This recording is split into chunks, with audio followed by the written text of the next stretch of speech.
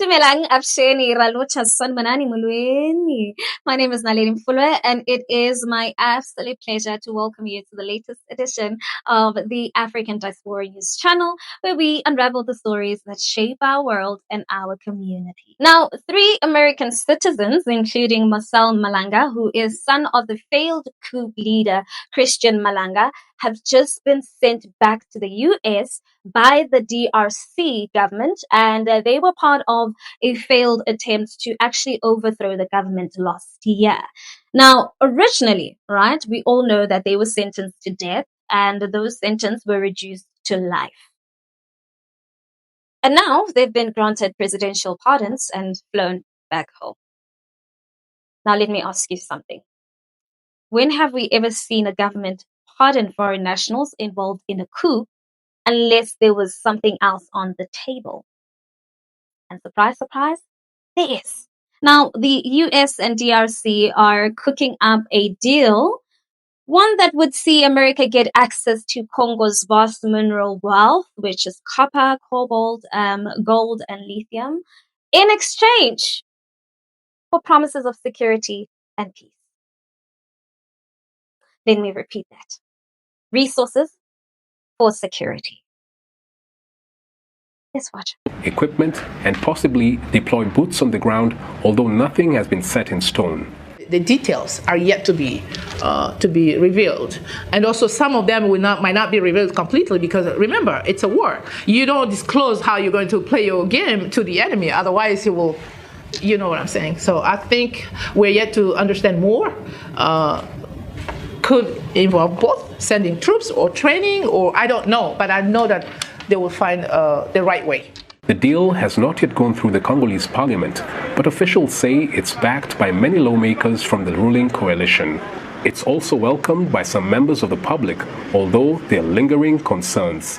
Félix a bien fait de traiter avec directement les États-Unis, parce que ce sont les multinationales qui sont derrière les Rwandais et qui fabriquent les groupes armés pour terroriser l'Est de la RDC. Mais le Congo, les Congolais n'aiment pas la paix d'esclaves. Nous voulons la paix, mais ce n'est pas la paix d'esclaves.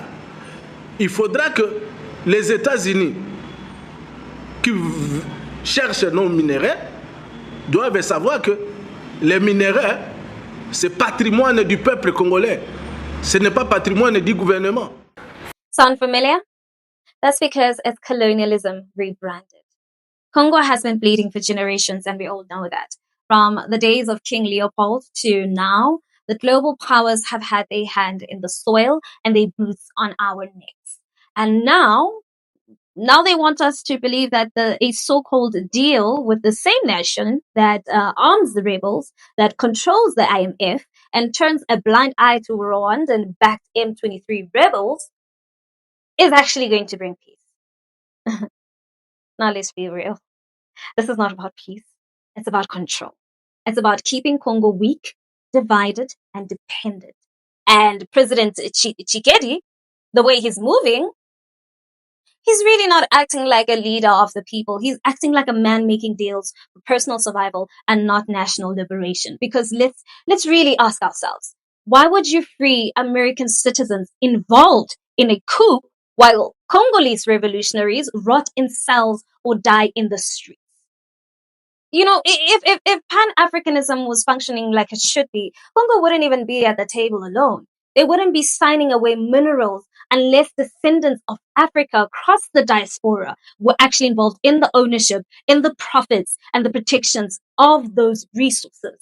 Because my biggest question is, why are we still making deals with a country whose president gutted civil rights, banned Black history from schools, and literally said that he doesn't want Africans there? This same country is deporting Black people, crashing the economy, and running full speed into white supremacist nationalism. And Congo's leadership is sitting right there, down with them, like it's business as usual. The truth is, the colonizers never stopped colonizing. They just started doing it in suits behind microphones with slick languages about development and peace. And we know what that peace looks like. Child minors, sexually assaulted women, stolen land, fake agreements, and broken promises. Ask the native people in America. Ask how many agreements the U.S. has kept. Ask foundational Black Americans what's left of the Civil Rights Act. Ask families separated at the border, the deported Haitians whipped on horseback, if that country respect our humanity. So I ask again, why are African leaders still begging at the table of the oppressors instead of building tables with other Africans who are actually rising? Why not look to leaders like Ibrahim Traoré in Burkina Faso or the emerging alliances across the Sahel that are finally saying no to the West and yes to African dignity? Because truly speaking, Congo doesn't need another puppet. Congo needs a protector. And we across the diaspora need to rise and remind the world that Africa is not a mine. Africa is not a marketplace. Africa is a mother, and we need to defend her. Pan-African unity isn't optional anymore, but I believe that it is survival. Now, what are your thoughts about this? Please, let's continue the conversation in the comment section. I'd really like to hear your opinion on this. And while you're at it, please don't forget to give this video a thumbs up. That's it from me. Till we meet again, it is goodbye.